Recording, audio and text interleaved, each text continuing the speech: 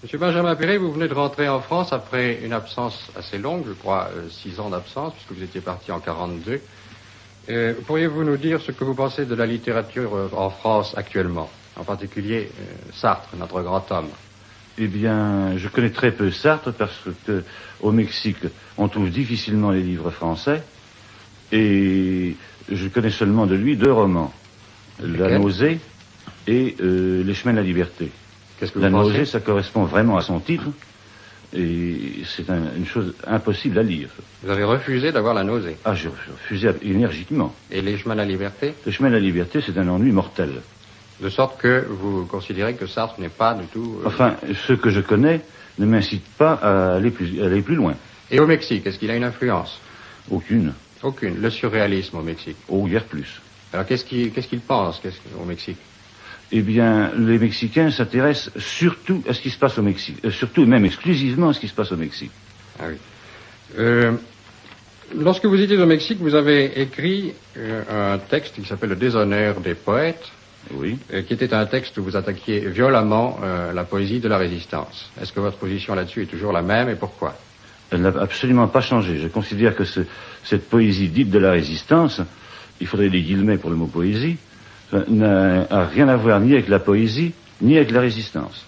Que vouliez-vous alors que fassent les poètes de la résistance? Qu'ils fassent de la poésie ou de la résistance, ou bien les deux.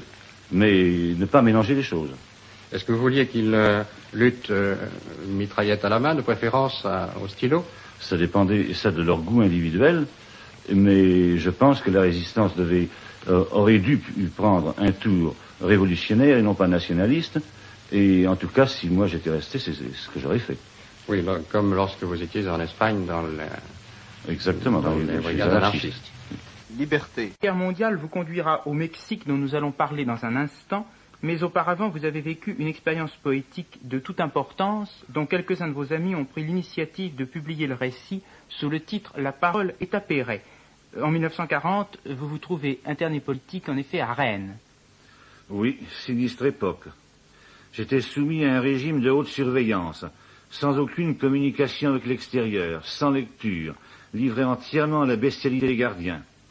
Je n'avais d'autre ressource que de marcher de long en large dans ma cellule, puis de m'étendre sur le plancher, car le lit, si on peut appeler cette grille un lit, m'était interdit pendant le jour. On avait peint les vitres en bleu.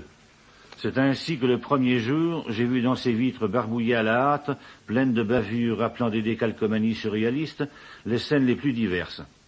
Les plus fréquentes étaient un cheval qui se cabrait, le portrait de François Ier, tel que les manuels d'histoire m'en ont laissé le souvenir, un coin de forêt tropicale avec dans l'angle inférieur droit une fée qui lançait des papillons. Et dans la dernière vitre à droite, je lus le chiffre 22.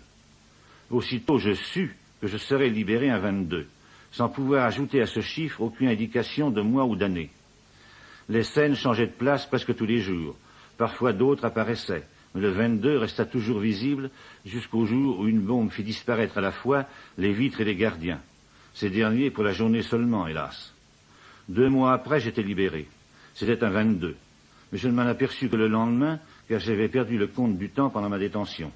Peu après, vous avez franchi clandestinement la ligne de démarcation et vous vous êtes installé à Marseille.